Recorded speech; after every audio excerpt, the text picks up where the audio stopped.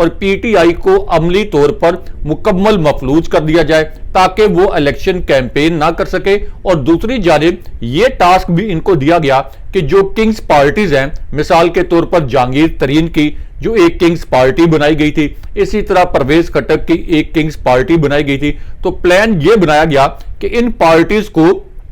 یہ جو دو جنرلز ہیں یہ اپنے ریسورسز کے ذریعے پوری طرح سپورٹ کریں گے۔ اسی طرح نون لیگ اور پیپلز پارٹی کو کیمپین کرنے کی پوری اجازت ہوگی، لیکن پی ٹی آئی کو کسی قسم کی کیمپین کی اجازت نہیں ہوگی۔ لیکن اس کے بعد جو پلان بی تھا وہ اس سے بھی زیادہ خطرناک تھا، اور پلان بی یہ تھا کہ الیکشن سے پہلے پی ٹی آئی کی جو مین لیڈرشپ ہے، پی ٹی آئی کے ایسے رہنما جن کو ہارڈ کور اور مزاحمتی رہنما سمجھا جاتا ہے، ان کو گرفتار کر لیا جائے یا ان کو لاپتہ کر دیا جائے، ان کو اغوا کر لیا جائے، اور اس طرح سے پی ٹی آئی کی ایسی لیڈرشپ جو الیکشن کی سائنس جانتی ہے، جو یہ جانتی ہے کہ لوگوں کو کیسے موٹیویٹ کر کے پولنگ سٹیشنز تک پہنچانا ہے، ان سب کو گرفتار کر لیا جائے یا ان سب کو اغوا کر لیا جائے، اور پھر اس پلان کے اوپر بھی مبینہ طور پر عمل کیا گیا۔ جی ایچ کیو کے یہ جو قریبی اینکر ہیں اور جو عمران خان صاحب کے ایک ناقد اینکر ہیں، انہوں نے اس قسم کا انکشاف کیا اور اس قسم کا اپنے انکشاف میں تاثر دیا۔ لیکن اس کے بعد ایک پلان سی بھی تھا، اور وہ پلان سی یہ تھا کہ ایک طرف تو پی ٹی آئی کے جو مین لیڈرز ہیں ان میں سے زیادہ تر کو کوشش کی جائے کہ کسی جبر کے تحت، دباؤ کے تحت ان کو مجبور کیا جائے کہ وہ پی ٹی آئی اور عمران خان صاحب کا ساتھ چھوڑ دیں اور کسی اور جماعت میں شمولیت اختیار کر لیں، اور اگر وہ کسی اور جماعت میں شمولیت اختیار نہیں کرتے تو کم سے کم پارٹی ضرور چھوڑ دیں، جس طرح کہ اسد عمر کو مجبور کیا گیا۔ اڈیالہ جیل میں طاقتور حلقوں کی کچھ شخصیات نے ان سے ملاقات کی اور اس کے بعد اسد عمر کو پارٹی چھوڑنے پر مجبور کیا گیا۔ اسی طرح فواد چودھری، جن کے اوپر کوئی تشدد وغیرہ تو نہیں ہوا لیکن وہ دباؤ برداشت نہیں کر سکے تھے، اور انہوں نے بھی پارٹی چھوڑنے کا اعلان کیا تھا۔ وہ نام نہاد استحکام پاکستان پارٹی میں گئے لیکن وہاں پہ وہ فٹ ان نہیں ہو سکے تھے۔ اب جو پلان سی تھا یہ دونوں پلان سے بھی زیادہ خطرناک اور زیادہ حساس تھا۔ پلان سی یہ تھا کہ عمران خان صاحب اور پی ٹی آئی، یعنی پی ٹی آئی کی بطور سیاسی جماعت، اس سے بلے کا انتخابی نشان چھین لیا جائے۔ اس مقصد کے لیے سپریم کورٹ اور جسٹس فائز عیسیٰ کو استعمال کیا گیا، اور اس طرح سے انشور کیا گیا 3 پلانز کے ذریعے کہ پی ٹی آئی کسی بھی صورت 8 فروری 2024 کا یہ الیکشن نہ جیت سکے اور پی ٹی آئی کی واپسی نہ ہو سکے۔ لیکن اس کے بعد ایک فائنل پلان الگ سے، جس کو آپ یہ کہتے ہیں کہ آؤٹ آف سلیبس جو لایا گیا، وہ لایا گیا 8 فروری 2024 کے الیکشن کے نتائج کی رات، کیونکہ جب یہ تینوں پلانز ایگزیکیوٹ کیے گئے، یعنی جن جنرلز کو یہ ٹاسک دیا گیا تھا انہوں نے جب یہ تمام پلانز ایگزیکیوٹ کر لیے، اس کے باوجود جب لوگوں نے پی ٹی آئی کے انتخابی نشان پر ڈھونڈ کے مورے لگائیں اور پی ٹی آئی کو تقریباً 3/4 اکثریت سے 8 فروری 2024 کا الیکشن جتوا دیا، تو اس کے بعد پھر ایک آپ یہ کہہ لیں کہ آؤٹ آف سلیبس ایک پلان لایا گیا، اور آدھی رات کو اتنے بڑے پیمانے پر نتائج تبدیل کرنے پڑے، کیونکہ اسٹیبلشمنٹ کبھی توقع نہیں کر رہی تھی کہ ان کے جو 3 پلانز ہیں، جو بڑے کمپریہنسو پلانز بنائے گئے تھے، یہ فیل ہو جائیں گے اور عوام اس طرح کا سافٹ انقلاب جو ہے یہ ووٹ کی طاقت سے لے آئیں گے۔ اب یہ جو انکشافات ہیں، اس کے بعد 2 جنرلز یہ کہاں تعینات تھے اور یہ 2 جنرلز اس وقت کہاں ہیں، اس کے متعلق بھی بڑا اہم انکشاف ہوا کہ یہ 2 جنرلز ان کی تعیناتی کہاں پہ تھی اور انہوں نے اپنا جو انفلوئنس ہے یا اپنا جو اثر و رسوخ ہے یہ کس طرح سے استعمال کیا۔ اب اس انکشاف کے دوسرے حصے میں یہ بتایا گیا کہ یہ جو دونوں جنرلز ہیں یہ مبینہ طور پر آئی ایس آئی میں تعینات تھے، اور پھر اسی انکشاف میں یہ کہا گیا کہ جب فوجی قیادت، یعنی صرف اس فوجی قیادت کی بات نہیں کی گئی، یعنی صرف موجودہ فوجی قیادت کی بات نہیں کی گئی، یہ کہا گیا کہ روایتی طور پر فوجی قیادت جب کچھ آفیسرز کو اس قسم کے خاص ٹاسک دے اور وہ ٹاسک پورے نہ ہوں، وہ جنرلز ان ٹاسک کو پورا کرنے میں ناکام ہو جائیں، تو عام طور پر ان کے تبادلے کر دیے جاتے ہیں یا ان کو کھڈے لائن لگا دیا جاتا ہے، یعنی ان کو یہ بھی ہو سکتا ہے کہ ان کو کوئی ایسی غیر اہم سی پوسٹنگ دے دی جائے۔ تو اس حوالے سے یہ کہا گیا کہ چونکہ یہ دونوں جنرلز اپنے ٹاسک پورے نہیں کر سکے، اس لیے اسٹیبلشمنٹ یا فوج کی جو قیادت ہے وہ ان سے ناخوش تھی، ان سے ناراض تھی۔ اس کے بعد یہ اشارہ دیا گیا، یہ تاثر دیا گیا کہ سابق D G ISI general Nadeem Anjum کو اسی قسم کا ایک ٹاسک دیا گیا تھا۔ وہ اپنی ایک اور ایکسٹینشن لینا چاہتے تھے، لیکن اسٹیبلشمنٹ کی قیادت ان کی کارکردگی سے خوش نہیں تھی، یعنی عمران خان صاحب کو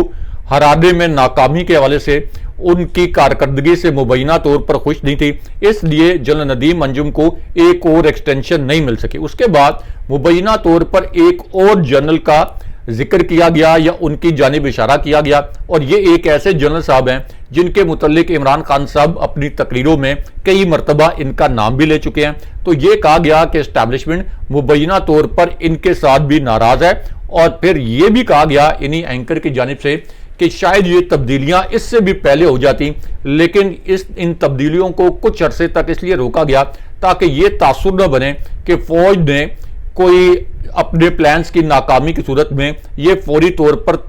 تبادلے کیے ہیں یا فوری طور پر کوئی ریٹائرمنٹ کیا ہے۔ اور یہ جو انکشافات ہیں، یہ ان انکشافات میں یہ جو سارا تاثر ہے یہ دیا نجم سیٹھی صاحب نے۔ لیکن اب اس پوری صورتحال میں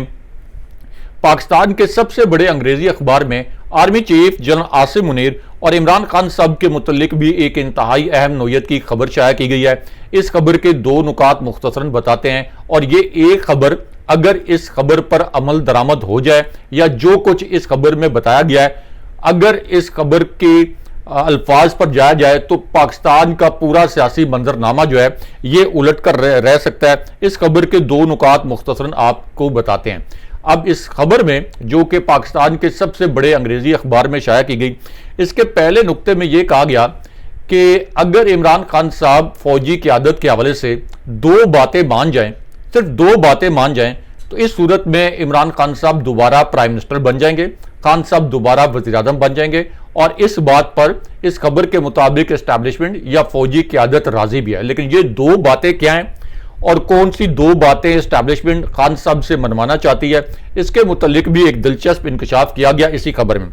اس انکشاف کے پہلے حصے میں army chief general Asim Munir کا ریفرنس دیا گیا اور اسی طرح عمران خان صاحب کا حوالہ بھی دیا گیا۔ اس کے بعد اس خبر میں یہ کہا گیا کہ عمران خان صاحب ایک کام تو یہ کریں کہ جس طریقے سے اڈیالہ جیل میں خان صاحب میڈیا ٹاک کرتے ہیں اور اس میڈیا ٹاک کے دوران اسٹیبلشمنٹ کی قیادت کے متعلق انتہائی سخت نوعیت کے الفاظ استعمال کرتے ہیں، جیسے کہ جنگل کے بادشاہ کی لاقانونیت، جیسے کہ فرد واحد کی لاقانونیت، یا حال ہی میں جیسے عمران خان صاحب نے یہ الفاظ استعمال کیے کہ جنرل ڈائر نے موجودہ دور کے جنرل ڈائر نے جلیاں والا باغ سانے کی یاد تازہ کر دیا۔ تو اگر عمران خان صاحب اسٹیبلشمنٹ کی قیادت کے متعلق اس طرح کے سخت الفاظ استعمال نہ کریں، اسٹیبلشمنٹ کی قیادت کے متعلق اپنے الفاظ کا چناؤ بہتر کر لیں اور نرم الفاظ استعمال کریں، اپنی ٹون نرم کر لیں، تو اس پوری صورتحال میں اسٹیبلشمنٹ اور عمران خان صاحب کے درمیان جو دوریاں ہیں یہ بہت تیزی کے ساتھ ختم ہوں گی۔ لیکن اس کے بعد ایک اور کام کرنے کے لیے عمران خان صاحب کو سجیسٹ کیا گیا اس خبر میں، اور بظاہر یہ لگتا ہے کہ یہ خبر شاید کوئی اسٹیبلشمنٹ یا اسٹیبلشمنٹ کے ذرائع سے شائع کی گئی۔ اب جو اس خبر کا دوسرا نقطہ ہے اس میں یہ کہا گیا کہ پی ٹی آئی کا جو سوشل میڈیا ہے اس کا انفلوئنس بہت زیادہ ہے، یہ بہت مقبول ہے، اور پی ٹی آئی کے سوشل میڈیا کا کوئی توڑ بھی کسی کے پاس نہیں ہے۔ تو اسی خبر میں کہا گیا کہ پی ٹی آئی کا سوشل میڈیا بھی اسٹیبلشمنٹ کی قیادت کے متعلق بہت جارحانہ ٹویٹس کرتا ہے، بہت جارحانہ نوعیت کے ٹرینڈ چلاتا ہے۔ تو اگر پی ٹی آئی کا سوشل میڈیا اسٹیبلشمنٹ کی قیادت کے خلاف عمران خان صاحب کے ساتھ پی ٹی آئی کا سوشل میڈیا بھی یہ ٹویٹس بند کر دے، ان ٹویٹس کو نرم کر لے، تو اس صورت میں بھی عمران خان صاحب، پی ٹی آئی اور اسٹیبلشمنٹ کے درمیان یہ جو فاصلے ہیں یہ بہت تیزی کے ساتھ ختم ہو جائیں گے۔ اس کے بعد اسی خبر کے تیسرے حصے میں ایک بہت اہم تجویز دی گئی، اور وہ تجویز یہ دی گئی کہ پی ٹی آئی میں ایسے رہنما موجود ہیں جو کہ اسٹیبلشمنٹ کے قریب سمجھے جاتے ہیں، اور اس خبر کے الفاظ کے مطابق ان لوگوں کی خدمات کا فائدہ نہیں اٹھایا گیا، یعنی جس طریقے سے شہباز شریف چور دروازے سے اسٹیبلشمنٹ سے رابطے کرتے تھے، تو اس خبر میں یہ کہا گیا کہ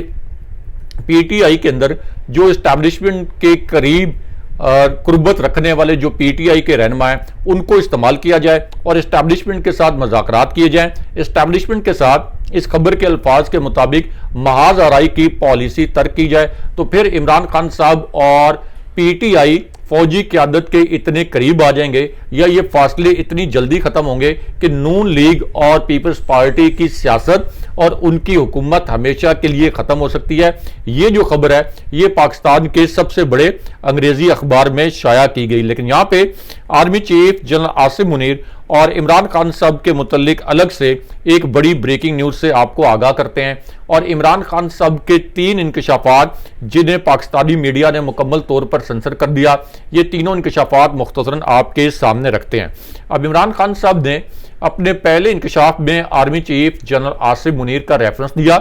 فوجی اسٹیبلشمنٹ کا حوالہ دیا۔ اس کے بعد عمران خان صاحب نے اپنے پہلے انکشاف کے پہلے حصے میں یہ کہا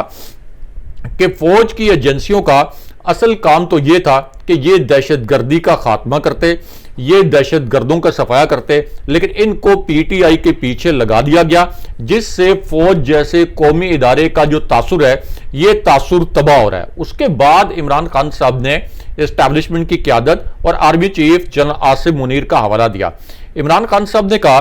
کہ جنگل کے بادشاہ نے خود کو آئین اور قانون سے اوپر رکھ لیا ہے، ہمارے کئی کارکن اب تک لاپتہ ہیں، ان کی زندگی کے متعلق ہمارے شدید تحفظات ہیں، ہمارا مطالبہ ہے کہ حکومت جلد از جلد گرفتار شہریوں اور ہاسپٹل اور سرد خانے میں لائے گئے زخمی اور شہید افراد کا ڈیٹا شائع کرے۔ لیکن اس کے بعد عمران خان صاحب نے سب سے بڑا، سب سے حساس اور سب سے اہم نوعیت کا پیغام دیا۔ عمران خان صاحب نے کہا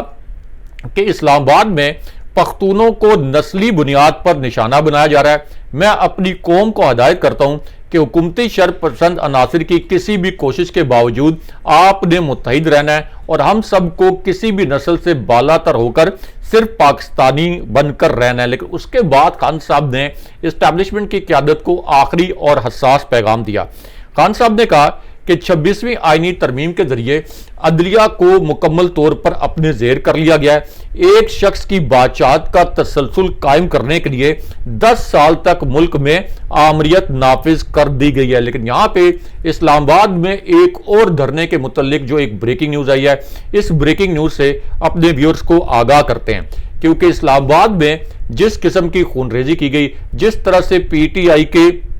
نیتے کارکنوں پر اس جعلی حکومت نے رینجرز کے ذریعے فائرنگ کروائی، جس کے اوپر عالمی میڈیا کی رپورٹس بھی آئیں، اور اب 3-4 کلپس آج کے دن میں بھی ان شہادتوں کے حوالے سے بڑے تکلیف دہ نوعیت کے سامنے آیا۔ اب اس پوری صورتحال میں ایک اور دھرنا اسلام آباد آ رہا ہے، اور مولانا فضل الرحمان کی جماعت نے یہ اعلان کیا ہے کہ 26ویں آئینی ترمیم کے معاملے پر اسٹیبلشمنٹ اور اس جعلی حکومت نے فضل الرحمان سے جو وعدے کیے تھے وہ پورے نہیں کیے، خاص طور پر مدارس اصلاحات کے حوالے سے یا ان کی رجسٹریشن کے حوالے سے جو وعدہ کیا گیا تھا وہ پورا نہیں کیا گیا۔ انہوں نے کہا کہ ہمیں دھوکہ دیا گیا ہے، اس لیے ہم ایک دھرنا اسلام آباد لے کے آئیں گے۔ 8 دسمبر تک اس کے لیے ڈیڈ لائن دی گئی، لیکن یہاں پہ